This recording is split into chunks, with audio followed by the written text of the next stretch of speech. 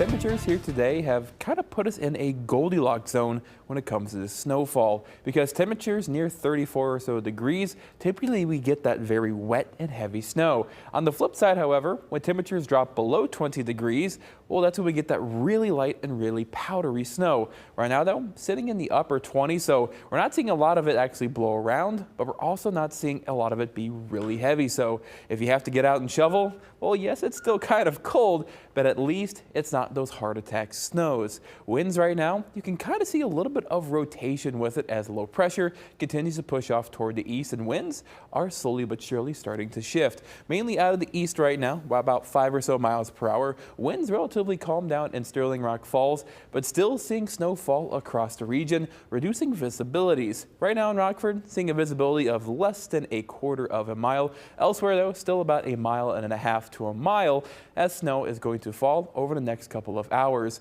Now, of course, here across the region, nothing on the heavy side, but still seeing quite a few flurries, and we'll continue to see it as that starts to kind of wrap around as low pressure continues to move off toward the east near Indiana and into Ohio. So over the next couple of hours, expect the snow to fall, but by about 4 or 5 o'clock, I think that's when a lot of the snow will finally start to wrap up. But of course, we do have some time between then and now, and while no pockets of any heavy snow will fall, well, any snowfall rate over time, and you'll still get another inch to maybe even another 2 inches on top of what we've already gotten. So all in all, I think the state line likely have received 6 to about 9 inches of total snow, with some areas even approaching a foot of it. So yeah, definitely a big system. Now heading into our Sunday, mostly cloudy skies to start, maybe some sunshine heading toward the afternoon. I do have my fingers crossed for that, as timing, it's going to be cutting her a little close. Winds will be, though, a big factor out of the northwest, gusting near 25 to 30 miles per hour. So as we head into tonight,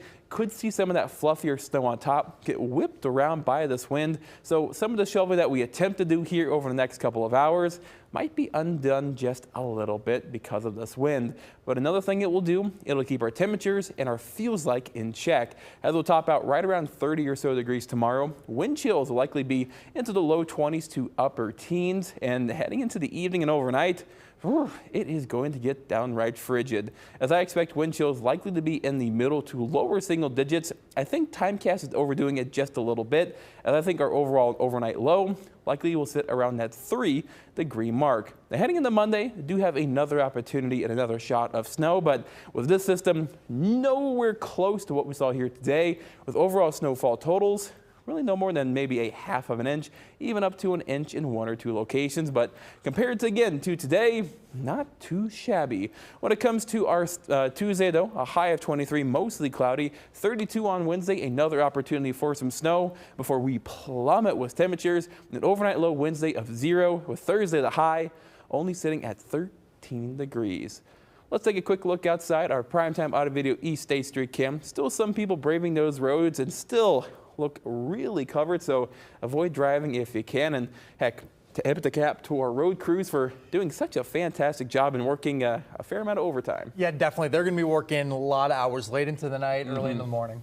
Coming up in sports, find out how the Bulls and Bucks fared on the hardwood, plus the IHA